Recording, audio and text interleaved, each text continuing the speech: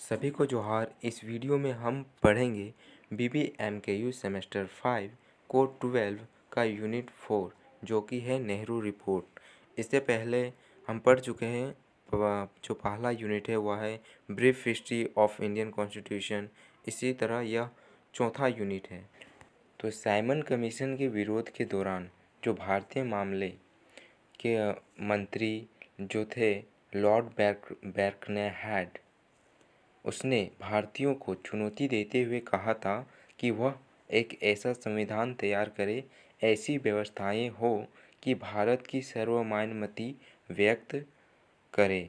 निश्चय ही जो यह उसका चुनौती देने के पीछे जो कारण था वह यह था कि भारतीयों को वर्गीय और दलीय और जातिगत स्वार्थ कभी एक सर्वसामान्य संविधान के लिए तैयार नहीं होंगे, क्योंकि भारत उस समय पर बहुत सारे वर्ग में, बहुत सारे दल में और बहुत ही जातिगत जो भावनाएं, जातिगत जो थे, बहुत ही सारे जाति थे, तो लोग जातिगत द्वारा बटे हुए थे। हालांकि बाद की घटनाओं ने भारत सचिव के इस व्यंग को ठीक ही साबित किया। यानी कि जो बाद में यह साबित हुआ कि मतलब भारत का संविधान जो है सो वर्गीय, दलीय और जातिगत जो स्वार्थ है वह कभी भी एक भारतीय संविधान को बनने नहीं देंगे। तो भारत सचिव के इस व्यंग को ठीक ही साबित किया। सचिव के इस चुनौती का जवाब देने के लिए कांग्रेस ने फरवरी 1928 में दिल्ली में एक सर्वदलीय सम्मेलन का आयोजन किया।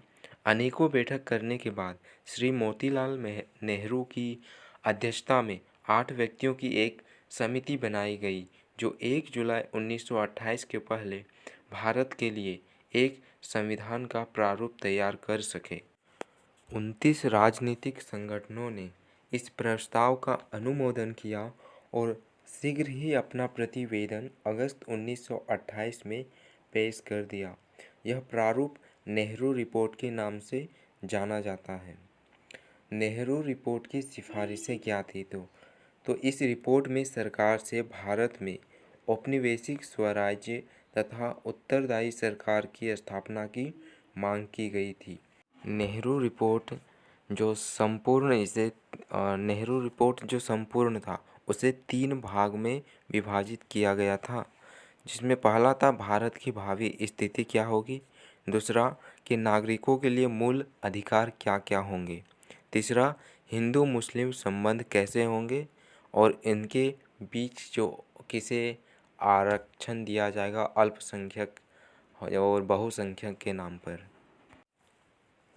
सन 1928 में तत्कालीन भारत सचिव लॉर्ड बिरकनहेड ने भारतीयों को ऐसे संविधान के निर्माण की चुनौती दी जो सभी गुटों एवं दलों को मान्य हो।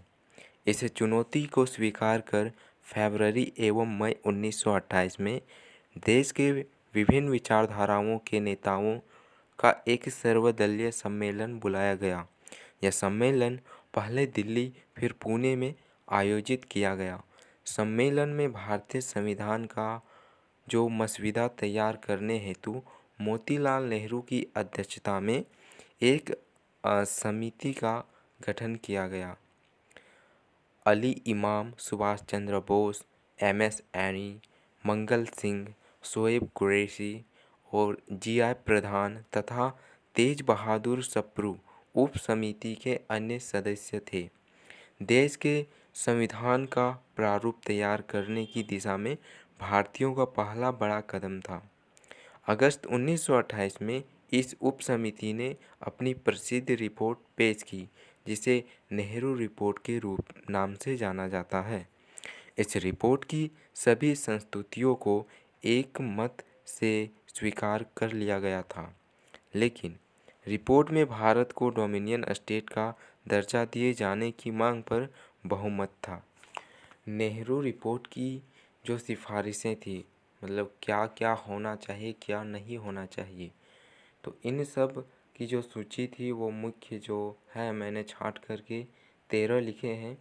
तो उसमें से प्रथम है कि भारत को पूर्ण उपनिवेश राज्य का दर्जा मिले तथा उसका स्थान ब्रिटिश शासन के अधीन अन्य उपनिवेशों के अधीन ही हो। दूसरी मांग थी कि भाषीय आधार पर भाषाई यानी भाषा के आधार पर प्रांतों का गठन। तीसरा था सार्वजनिक निर्वाचन प्रणाली को समाप्त कर दिया जाए जो कि अब के संवैधानिक सुधारों का आधार था। इसके अलावा इसके स्थान पर संयुक्त निर्वाचन पद्धति की व्यवस्था हो।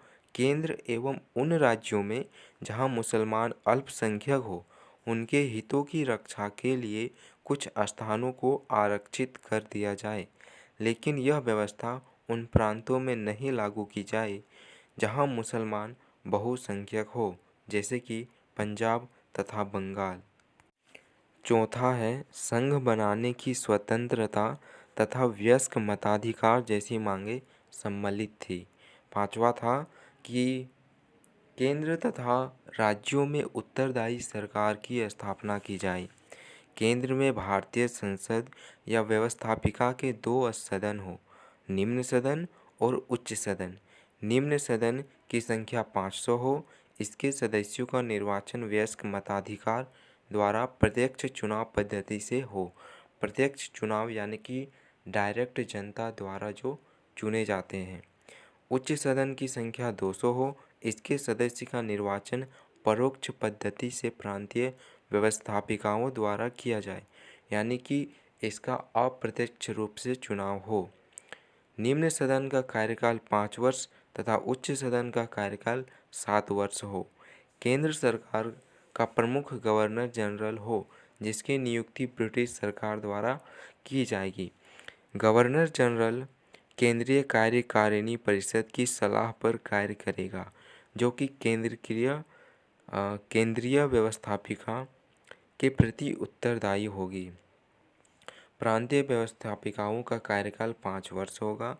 इनका प्रमुख गवर्नर होगा और जो प्रांतीय कार्यकारिणी की सलाह पर कार्य करेगा।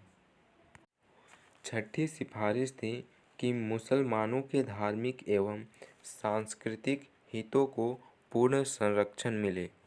फिर 7वां सिफारिश था कि पूर्ण धर्मनिरपेक्ष राज्य की स्थापना, यानी कि राज्य जो चलेगा, धर्मनिरपेक्ष का जो अर्थ होता है कि जो व्यवस्था है, राज्य जो चलेगा वह धर्म के अनुसार नहीं बल्कि कानून के अनुसार चलेगा, ये अर्थ है धर्मनिरपेक्ष का।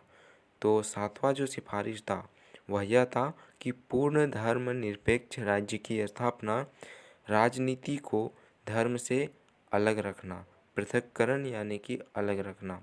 फिर है 8वां सिफारिश था कार्यपालिका को विधानमंडल के प्रति उत्तरदायी बनाया जाए।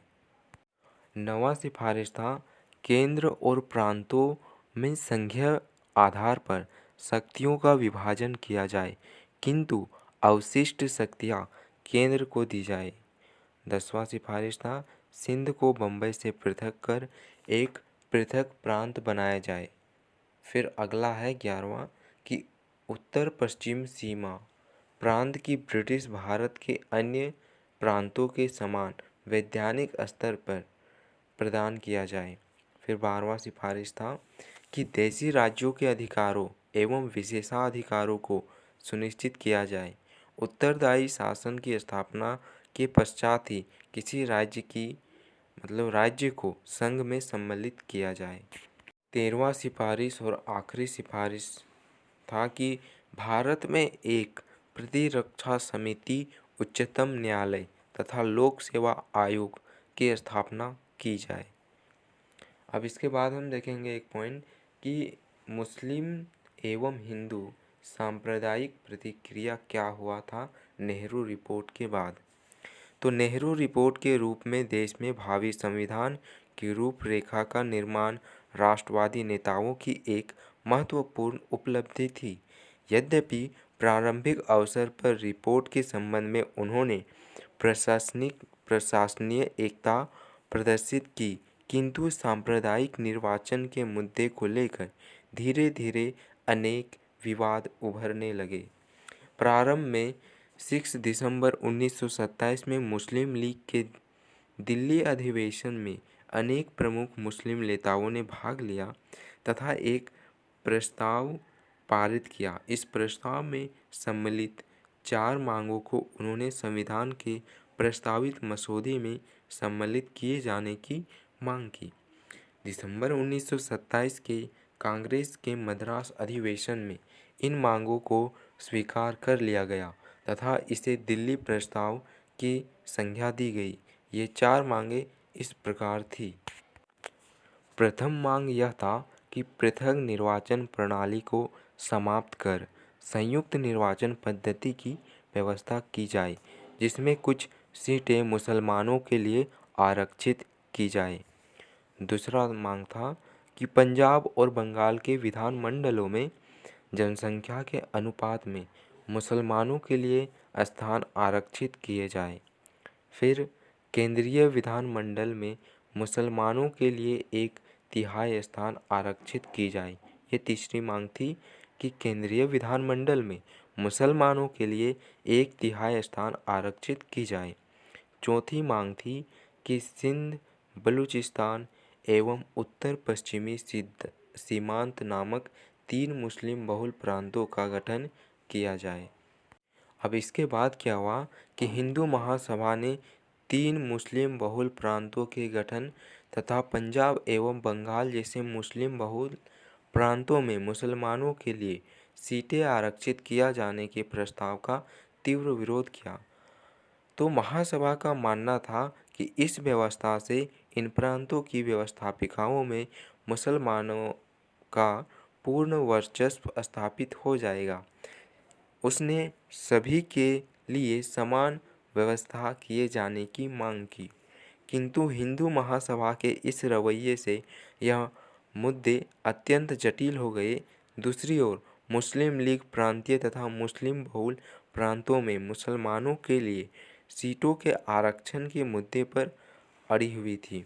इस प्रकार दोनों पक्षों में अड़ियल रवैये के कारण मोतीलाल नेहरू तथा जो रिपोर्ट से जुड़े हुए अन्य नेता थे वे असमंजस में पड़ गए। उन्होंने महसूस किया कि यदि मुस्लिम सांप्रदायवादी थे उनकी मान ली गई तो हिंदू सांप्रदायवादी अपना समर्थन वापस ले लेंगे तथा हिंदुओं की मांगें मान ली गई तो मुसलमान इस प्रस्ताव से अपने को पृथक कर लेंगे। तो बाद में नेहरू रिपोर्ट में एक समझौतावादी रास्ता अख्तियार कर निम्न प्रावधान किए गए थे। अख्तियार यानी कि स्वीकार, पता नहीं अख्तियार का अर्थ क्या होता है, पर स्वीकार करके जो उसमें संशोधन किए गए थे उसमें जो 3 पॉइंट है वो यह थे। प्रथम था कि सीटें उन्हीं जगहों पर आरक्षित की जाएगी जहां वे अल्पमत या अल्पसंख्यक में हैं। दूसरा, डोमिनियन स्टेट की प्राप्ति के बाद ही सिंध को बम्बई से पृथक किया जाएगा। तीसरा, एक सर्वसम्मत राजनीतिक प्रस्ताव तैयार किया जाएगा, यानी कि ऐसा मत जिसमें सभी का सहमति हो, सर्वसम्मत है ना, सभी का सहमति हो, ऐसा हम प्रस्ताव तैयार करेंगे। फिर संविधान निर्माण की प्रक्रिया आगे बढ़ेगी। Thank you.